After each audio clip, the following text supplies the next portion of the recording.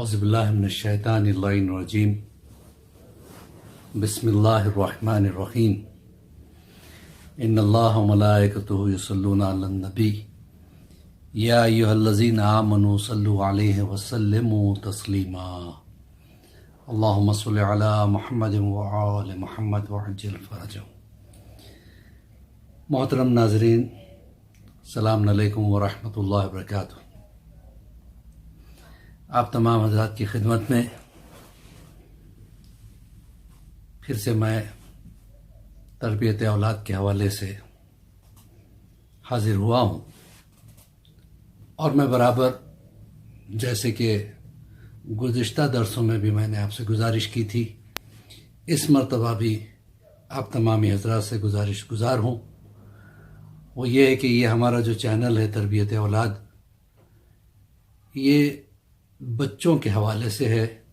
ہماری کوشش یہی ہے کہ ہمارا یہ جو سلسلہ ہے ان بچوں تک پہنچ جائے جنہیں دینی مدارس وغیرہ کا ماحول نہیں مل پاتا، اور ان کے پیرنٹس ایسی جگہ رہتے ہیں جہاں پہ آس پاس میں کوئی مدرسے نہیں ہے۔ تو گزشتہ کلاسز میں ہم نے جو ہے نا اصول دین فروع دین کی گفتگو کی تھی، اس کے بعد ہمارا یہ دوسرا ایپیسوڈ چلا ہے جناب انبیاء، جتنے بھی انبیاء آئے ہیں ان میں سے جو مشہور انبیاء ہیں، ہم انشاءاللہ ان کے بارے میں ایسی چیزیں آپ تک پہنچانے کی کوشش کریں گے جو عام طور سے لوگوں کو نہیں پتہ ہے۔ تو ہماری گفتگو چل رہی ہے جناب آدم کے حوالے سے۔ گزشتہ کلاس میں ہم نے بتایا تھا کہ جناب آدم جو ہے کس طرح سے یعنی جنت سے دنیا کی طرف آئے، اور آپ تمامی حضرات مسلسل خطبہ سے، ذاکرین سے، علماء سے اور اپنے اپنے ٹیچروں سے سنتے چلے آئے ہوں گے کہ اللہ نے کس طریقے سے جناب آدم کا پتلا بنایا، پھر اس کے بعد کس طریقے سے اس میں روح پھونکی گئی، اور جب سجدے کا حکم ہوا تو سب نے سجدہ کیا لیکن شیطان نے نہیں کیا، جبکہ شیطان دنیا میں پہلے جو ہے نا انسانوں سے پہلے اجنہ ہوا کرتے تھے، اور شیطان کے لیے قرآن نے کہا وَكَانَ مِنَ الْجِنِّ، وہ جناتوں میں سے تھا، جنات قوم ایک ہوتی ہے اس میں سے تھا، اور اس نے اتنی عبادت اللہ کی اتنی عبادت اللہ کی کہ 6000 سال تک عبادت مسلسل کرتا رہا۔ اس میں اس نے حد یہ کر دیا کہ ایک سجدہ 2000 سال تک کا طویل سجدہ کیا، بتائیے۔ اس وجہ سے وہ ملائکہ میں بھی مشہور ہو گیا، تو اللہ نے اس کو ترقی دی، آسمان پہ بلایا، اس کو ایک جگہ دیا، اس کو جو ہے نا ملائکہ کا ایک گروپ آف ملائکہ کا سردار بنا دی۔ اسے اپنی عبادتوں پہ تکبر تھا، گھمنڈ تھا۔ اسے ابلیس کیوں کہا جاتا ہے؟ اس لیے کہ جب سب نے سجدہ کیا اور اس نے نہیں کیا، اور ریزن جب پوچھا گیا تو اس نے یہی بتایا تھا کہ پروردگار تو نے آدم کو جو ہے مٹی سے خلق کیا اور مجھے آگ سے خلق کیا، لہٰذا میں آدم کا کیسے سجدہ کر سکتا ہوں؟ تب اللہ نے کہا تو نے تکبر کیا اور لہٰذا تو ہمارے دربار سے چلا جا۔ خیر، یہ ایک سبھی جانتے ہیں اس چیز کو۔ آج میں یہ بتاؤں اسے ابلیس کیوں کہا جاتا ہے۔ ابلیس کہتے ہیں مایوس ہو جانے والے کو، اللہ کی رحمت سے مایوس ہو جانا۔ جب اللہ نے اس کو نکال دیا تو مایوس ہو گیا۔ اسی لیے کہتے ہیں کہ دعا اگر قبول نہ ہو تو مایوس نہیں ہونا۔ جو مایوس ہوتے ہیں وہ شیطان کی سنت پہ چلتے ہیں۔ اللہ بہت بڑا رحمان ہے، کریم ہے۔ آپ سوچیں، شیطان کی دعا بھی اس نے قبول کر لی۔ جب شیطان نے کہا مجھے قیامت تک کی زندگی دے دی، دیکھیے اس نے سجدہ نہیں کیا تھا، اللہ چاہتا تو کہتا نہیں تیری کوئی دعا قبول نہیں کر سکتا، لیکن قیامت تک کی اس نے مہلت مانگی تو اللہ نے دے بھی دیا۔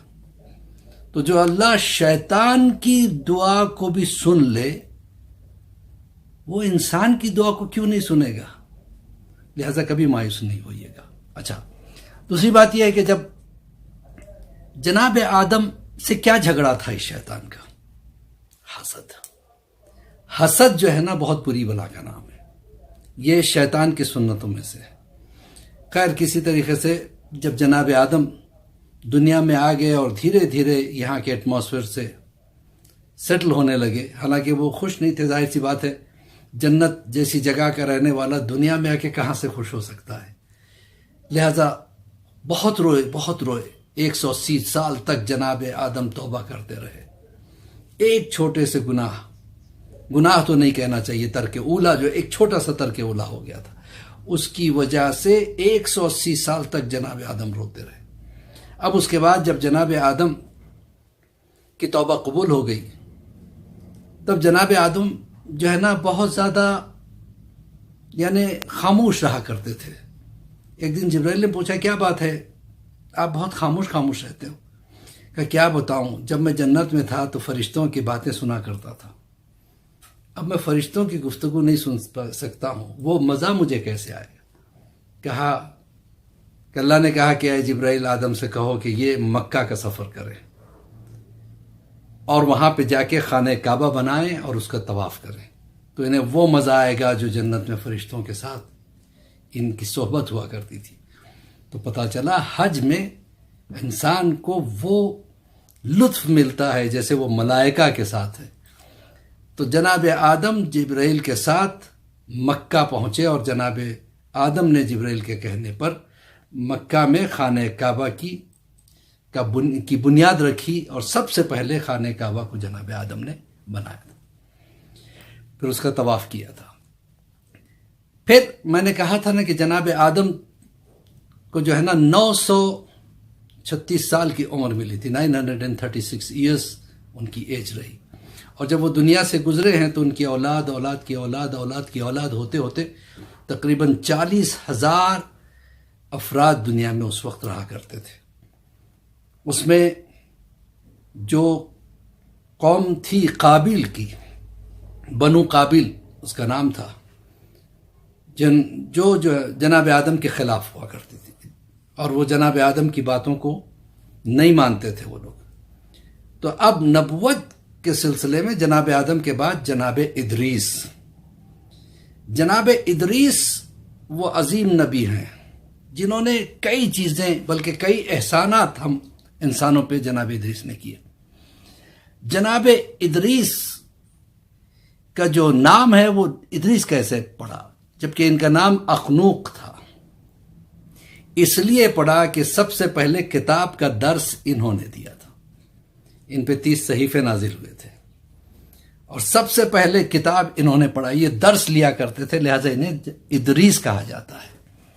اور انہوں نے کئی احسانات انسانوں پہ کیے، وہ یہ کہ سب سے پہلے قلم جناب ادریس نے بنایا، ورنہ آج جو قلم ہمارے ہاتھوں میں ہے یہ جناب ادریس کا دیا ہوا تحفہ ہے. تو جناب ادریس نے سب سے پہلے قلم بنایا. اسی طریقے سے جناب ادریس نے سب سے پہلے روئی کا کپڑا بنایا.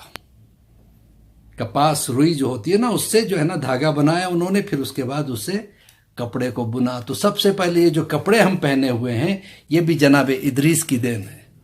ہم کپڑے تو پہن لیں اور جناب ادریس کو جانے تک نہیں، تو یہ ان کے ساتھ انصاف نہیں ہوگا.